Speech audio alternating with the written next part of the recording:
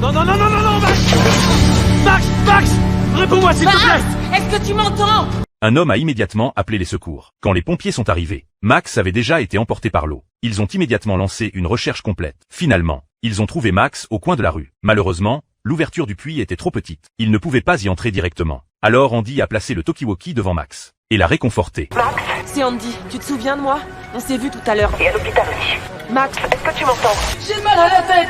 Je sais bien, mais pour l'instant, tout ce qu'on te demande, c'est de tenir bon, le temps qu'on trouve un moyen. Andy lui a demandé d'imaginer quelque chose de chaud, comme son chocolat chaud préféré, ou un câlin chaleureux. Max avait l'air très épuisé à ce moment-là. C'est alors qu'ils ont apporté une perceuse portative, prêt à percer directement dans le sol.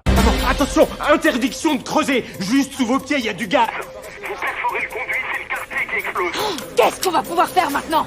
Après avoir écouté, Jacques a demandé à Miller les caractéristiques physiques d'un enfant de 10 ans. Bishop a eu une révélation en entendant cela. Elle a immédiatement couru chercher l'échelle de David pour lui faire rattraper la corde. À ce moment-là, Max avait trop peur pour lâcher prise. Son père l'a vite rassuré de ne pas avoir peur, lui demandant d'imaginer qu'il était dans une piscine. En entendant la voix de son père, Max lui a demandé pourquoi il ne pouvait pas descendre le sauver directement. Son père lui a dit qu'il ne pouvait pas. À ce moment-là, Max n'avait presque plus de force. Son père devenait de plus en plus émotif. En voyant cela, Andy a rapidement écarté son père, l'a fait partir et lui a rappelé que Max avait grandi. Il avait besoin de connaître la vérité. Après avoir entendu ces mots, il a repris le talkie-walkie.